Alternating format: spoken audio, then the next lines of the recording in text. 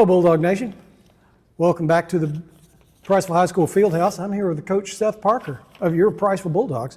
We're here to talk about the week that is here, coming up on week 2 for the Priceville Bulldogs. Recapping last week, Columbia comes into town. A lot of hype, a lot of press coming into it.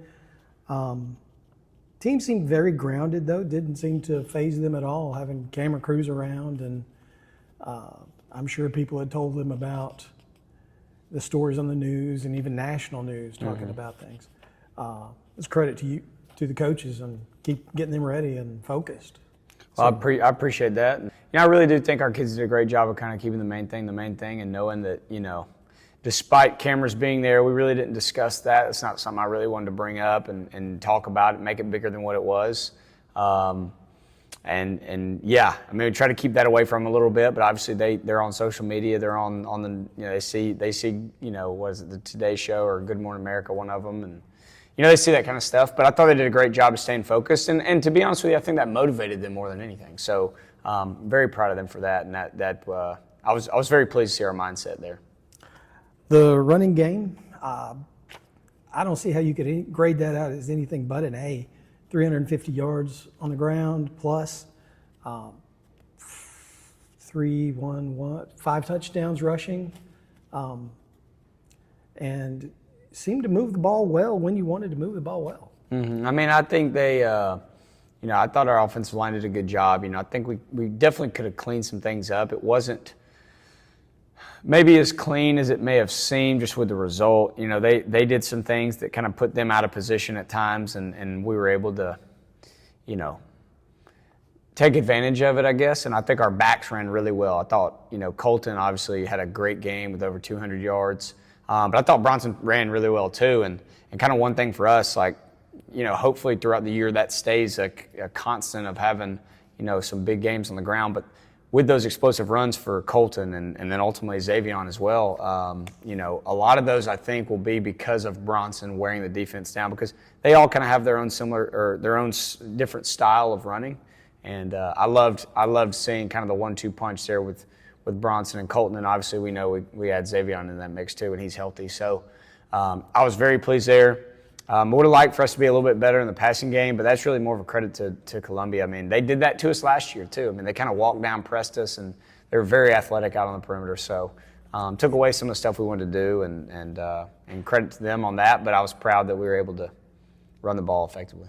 I credit to Columbia and their athletes. They had athletes in the skill positions. It's where you need athletes, and those athletes played pretty well when they had to. Mm-hmm. Defensively, one explosive play, otherwise you shut them down for 130 yards or so. But that's a solid game defensively. Yeah, I thought Coach Burke and the defensive staff did a great job last week of. Really, you have no idea what they're going to do, really. I mean, brand new staff, plus it's game 1. You really don't know what they're going to do, and I thought they did a great job of preparing for kind of all scenarios. And then when it comes to, we've got to be better on the first play of the game. That's 2 weeks in a row we've had a busted coverage on the first play. I know last week it looked like Caden Carty was just singled up and happened to get, they caught a ball over him. But that really wasn't the scenario. Now, I would have liked for him to make a better play on the ball, but the safety should have been over the top right there. Same thing the week before. We did the same thing on the first play. And so we got to be much better, and we will be. I mean, we will be. That's something that's getting addressed. And so disappointed with that. But like you said, outside of a few jump balls, they just made some plays. We got to do a better job of knocking the ball down. Truthfully, it's unacceptable how many plays we're giving up in the air when we're in position to make plays, because I think defensively we do a great job of being in the right place. Our DBs have been phenomenal about that. But we've got to make those plays at the end of the play. And we've, again, talked about that at length this week, and certainly got our hands full this week with 2 really good receivers. But like you said, other than those 3-4 plays, obviously a long run we didn't fit right with a linebacker. Outside of that, I thought we played well. I thought we played downhill and physical, and really pleased with that. But we got to have a better week this week, certainly with Brewer. The pass rush was rough all night for them. Somebody was just living in the backfield. Seemed like every play. So credit to the rushers there. Good overall. I thought the play calls were outstanding, and like you said, just a couple of little finesse things here and there, and that's a really solid defensive outing. Special teams hit a 37-yard field goal. Multiple touchbacks on the night. Landon had a great night, I thought. Yeah. And, not too many people are going to hit a 50-yarder, so that's no problem, really. But overall, I thought the coverage on the punts was good and everything went well, I thought. Yeah, we actually didn't punt. We were able to go without punting. Obviously, we tried a couple long field goals, and like you said, I mean, Landon came up short on one of them, but we're going to give him plenty of opportunities. I mean, I believe in his leg, and I believe in what he can do there. Like you said, from 37, he was rock solid, and I think that's kind of the case for him. 25 and in, with the ball being on, like the line of scrimmage being 25 and in, making it a 42-yard field goal and under. I feel really good about him there, and we're going to give him opportunities. I mean, that is a weapon too. If you can get, you stall out but get 3. That's big, and it keeps you in games when you're struggling a little bit offensively at the end of drives, and so love that. But more than anything, yeah, the touchbacks are huge for us, and me and you have talked about at times there are games where I feel like you can win simply by just making them go 80 every time versus giving them the ball on the minus or plus 40, maybe even at the 50, and so. Yeah, it's huge, and we got to keep Landon healthy, but he is a weapon for us and kind of something that I think we have that not every team does. Some teams do, but you either have a kicker and you don't. I think we certainly do, but I also believe in Gray Caffey. I think Gray does a really good job too. He's more of kind of a placement kicker, but does a great job on his PATs, kickoff. His legs got a lot stronger, and we believe in both of them. Yeah, he's improved a great deal from last year and everything, so. It's great to have at least a choice there if you have to have it. JV goes to Good Hope on Monday night and has a great outing there. 35-16, I believe the score was. Xavier Campbell rounding back into shape, looking healthy again. Yeah. Heard the passing game was outstanding. Were you there to get to watch that one? Or? Oh, heck yeah, of course. I ain't going to miss none of them.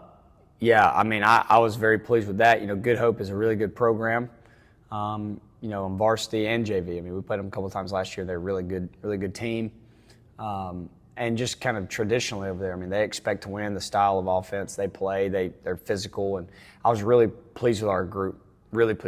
I thought they played very well, and they're excited to play. I mean, I think all of our kids, top to bottom, are really, really gung-ho about playing football.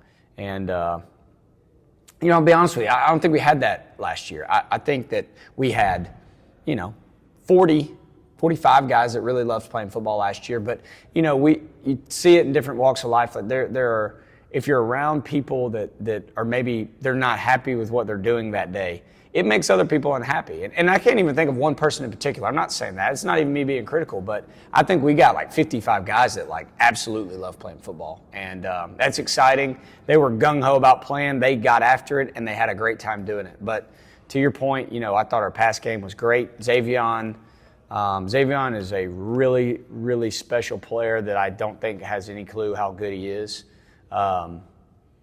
And I'm excited to get him on Fridays. I mean, I've told him, I don't know how many Mondays he's going to play, but obviously with him missing the game last Friday, we wanted him to get into kind of some game speed stuff, and I mean, he's dominant at that level. And that's the level he should be playing as a sophomore. I mean, same with Colton and a lot of those guys. I mean, that's the level they should be playing, technically speaking, and so goes and dominates. Love to see it. But then thought Tripp Sibley threw the ball really well.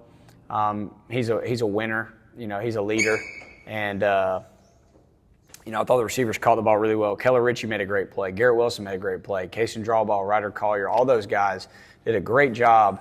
And it's fun to watch them play, man. I love Monday nights. They're long nights, but, man, I love them. And it's fun to see. They have a lot of fun. They have a lot of fun. We have fun doing it, and it's it's a blast to see those young guys that put in so much time with our scout teams and things like that get us ready to play for Fridays, get a chance to go show what they can do. And tell you what, it makes me sleep good at night knowing that those kids know how to win. I mean, they know how to win, and it's fun to be a part of, and I hope we just keep rolling Fridays into Mondays and Mondays into Fridays and just keep winning.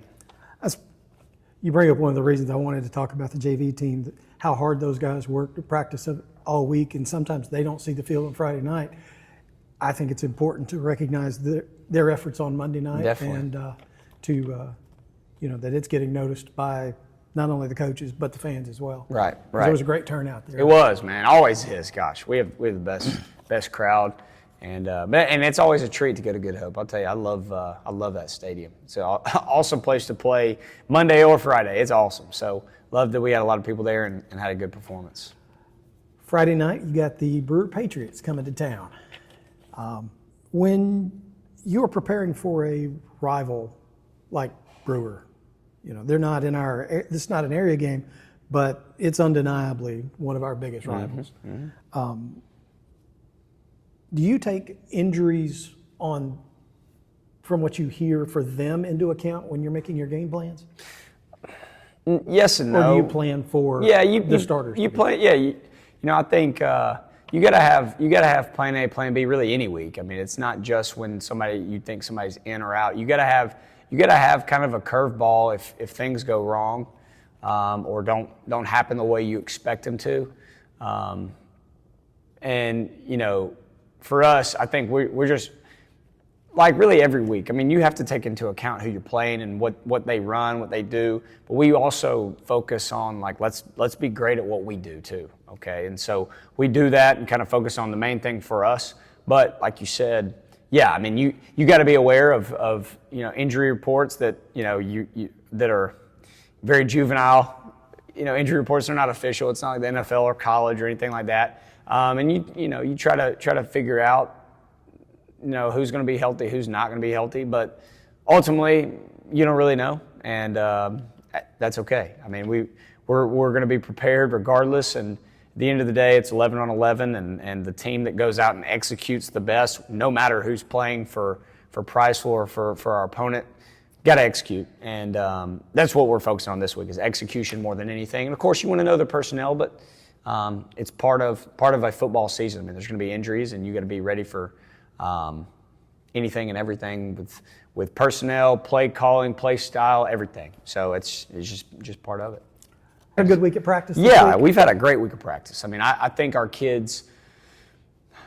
We talked about this after Sardis, and then we talked about it Friday night a little bit, and obviously going into this week is like 1 year ago. This week, we're in the exact same spot we were last year, and obviously it's very early in the season. You're one game in, you're 1-0, but I think last year, our kids after a big win, week one, kind of, and coaches included. I mean, we probably didn't do a good enough job of. I don't say probably. We didn't do a good enough job of staying, level-headed and continuing to focus on the most important aspect of it. And for me, in a lot of ways, that's urgency. Now, I say all that, it's not like last year we took any team for granted. I mean, there's no doubt we made sure every single opponent was taken extremely serious. We expected their best and prepared that way. But there is something to be said about a team that's playing with desperation or a sense of urgency versus one that's happy with how they played last week. And I think that was our mentality. I don't think it was complacency. I don't think it was, being relaxed. I think it was more of just content, and we're not. We're very motivated right now. I think our team is very hungry. And that will stay the same whether we win or lose this week, and it'll stay the same whether we win or lose the next week and the next week and the next week. I mean, I just think our kids have an overall better understanding of what we want to do each week, and to be a great team and a great program, you've got to be extremely competitive no matter the situation. And, I told him yesterday, one game's not enough for me. Frankly, 10 wins is enough for me. Nothing about this year could quell or quench your thirst of what you want to do as a competitor. And if that's the mentality, then you're just going to be ready to go each week. And that, I think that's kind of the mentality we're taking on. Obviously, as humans, you have to fight that, every Saturday morning, win or lose, but you have to move on, win or lose. And I think our kids are excited about this game. I feel like they're extremely motivated for no reason other than the fact that it's the next game. And that's kind of what I want our kids to get to. Not focus so much on who you're playing. Now, I'll get back to that in a second. Not so much focus on who you're playing. Not so much focus on maybe what the result may bring that week, but more so, hey, we're ready to go and fired up because it's the next one.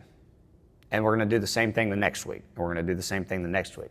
Now, like I said, yes, it is a rivalry week. And so there is more passion and emotion involved with this one. But it's like, and I know you've heard it, I know anybody that watches this probably heard Coach Saban say this 1,000 times. It's great to play in games where there's a lot of emotion, but you can do just that. You can play with emotion, but you can't be emotional. And I think that's what our kids have to find a happy medium of this week. And I think they will. I think they will, and I think we'll be ready to go. But I know Brewer's going to be ready to go as well. And, they're probably preaching a lot of the same things. So we just got to be ready to go out and execute and get it done.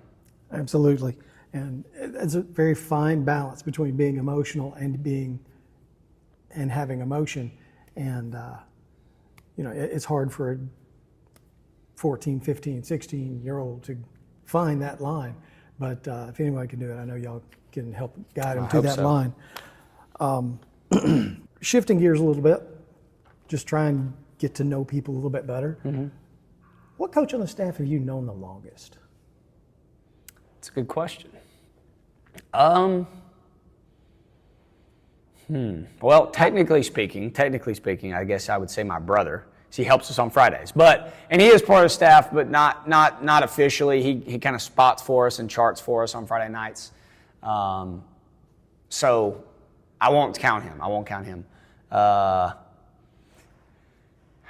I'd say Coach Burcham, because again, we're from the same place.